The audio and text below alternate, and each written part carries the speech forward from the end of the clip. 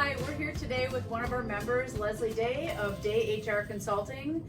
Leslie and I sat down the other day and talked about all of the new legal HR issues that have popped up in the last several months, And the topic that we want to talk about today is this mandatory COVID training.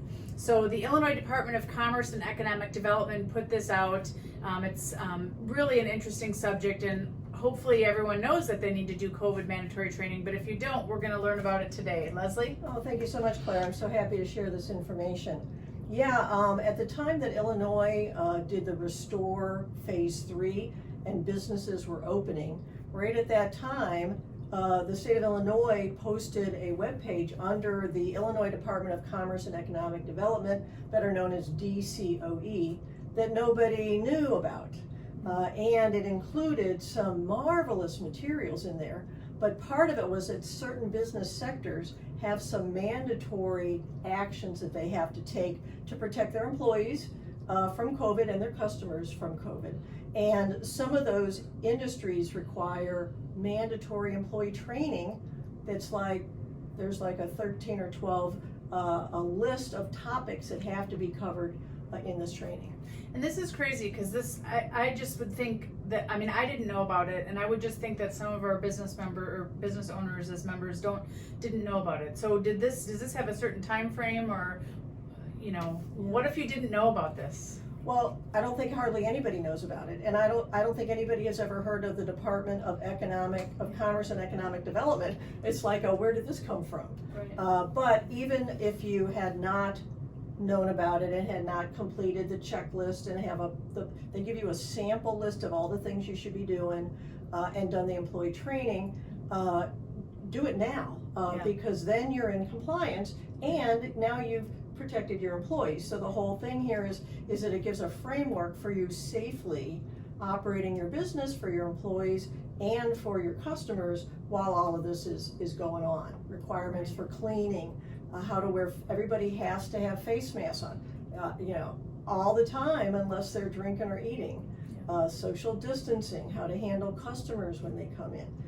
There's a requirement that you can only have 50% capacity as an example of customers in like a retail environment. So there's a whole variety of requirements that are on this website with, beyond just the industries that do have mandatory training.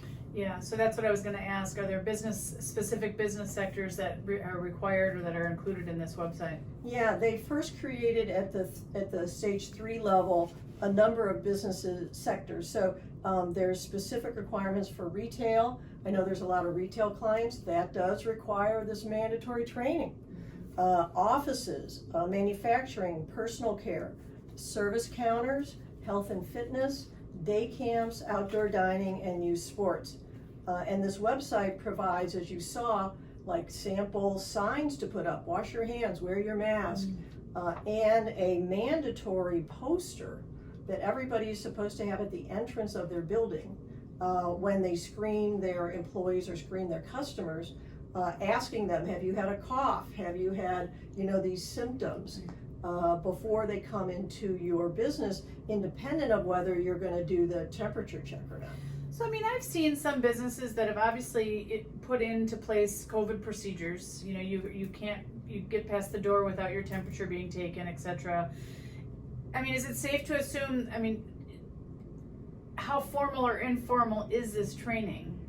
Does this training need to be? Yeah, there's a page in the materials that lists all the content, and when I have been doing the training, I've had the employees sign at the bottom of that page and put the date, so we have evidence that we train them. You just never know when some employee is going to, allege that you're not following the rules. And I think most businesses would simply have looked at the federal CDC guidelines for businesses, which are lesser than what has been mandated here in Illinois, for us and for our businesses. Right.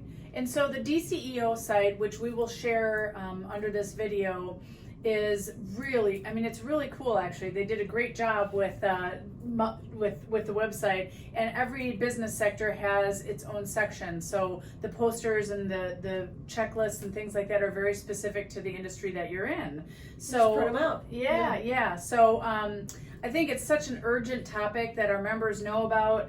And I want to thank Leslie for being here with us today to discuss this and bring this to our attention. And just check it out, and feel free to use the form on our page that will get to Leslie if you have any questions as to how to go about this or anything. This is kind of urgent. Yeah, so thanks so much, and stay tuned for the next of our HR series.